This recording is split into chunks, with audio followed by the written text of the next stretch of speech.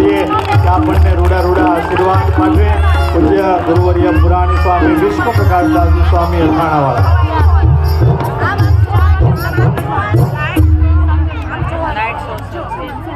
ઈષ્ટદેવ ભગવાન સ્વામિનારાયણની અસીમ કૃપાથી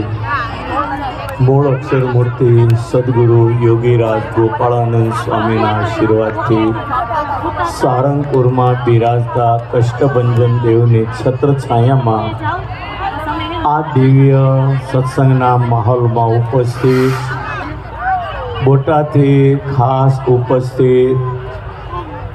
સ્વામી આત્માનંદ સરસ્વતીજી મહારાજ, અમારા વહાલા વહાલા શિષ્ય શાસ્ત્રી સ્વામી હરિપ્રકાશદાસજી સ્વામી,